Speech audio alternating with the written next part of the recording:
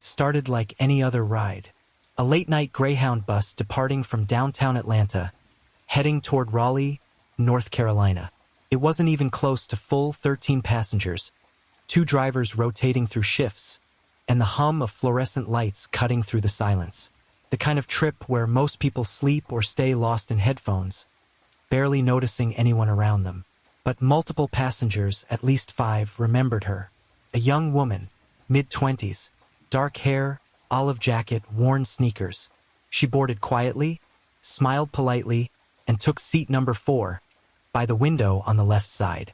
She didn't speak to anyone, just stared out the window, earbuds in, hands folded in her lap. When the bus pulled into Raleigh at 5:47 a.m., her seat was empty. Her bag, a canvas shoulder bag, was still tucked neatly under the seat. Her coat, draped over the backrest. Her phone, later found powered off, still had 87% battery. But no one saw her get off. No surveillance camera at any stop showed her exiting. She just disappeared. But that wasn't the strangest part. When investigators reviewed the manifest, her name wasn't listed. No one with her description had bought a ticket. Not under cash, not under credit, not a walk-up or app purchase. According to Greyhound, she never existed on that route. Passengers insisted otherwise. "She was right in front of me," said a woman in seat 6. "She got on in Atlanta. I remember thinking she looked tired, like she'd been crying. She was listening to music," said another man. "Kept looking out the window. She was there. I swear." The driver had a different take. "I don't remember her, but I don't watch every person's face," he admitted. Then came the first twist. Fingerprints were lifted from the phone. The match came back. Clara Jensen, age 26, last known address in Decatur, Georgia. Reported missing 3 weeks prior by her roommate. The roommate, Jessica Mann, told police Clara had been going through something emotionally after a breakup and had abruptly quit her job. "She told me she was getting away for a while," Jessica said. "I thought she meant a vacation or staying with her sister." Clara had no sister. Phone records showed 0 calls or texts for days. But one note in her app stood out. Just 2 words. "He knows." Police dug into Clara's background. No criminal record. No history of drug use. A degree in psychology. Socially quiet, but not isolated. No family close by. The ex-boyfriend, Ryan Keller, became the obvious focus. A quiet software engineer, 31, who had a tense breakup with Clara about 6 weeks before her disappearance. Clara had told friends he was controlling, and once followed her after work.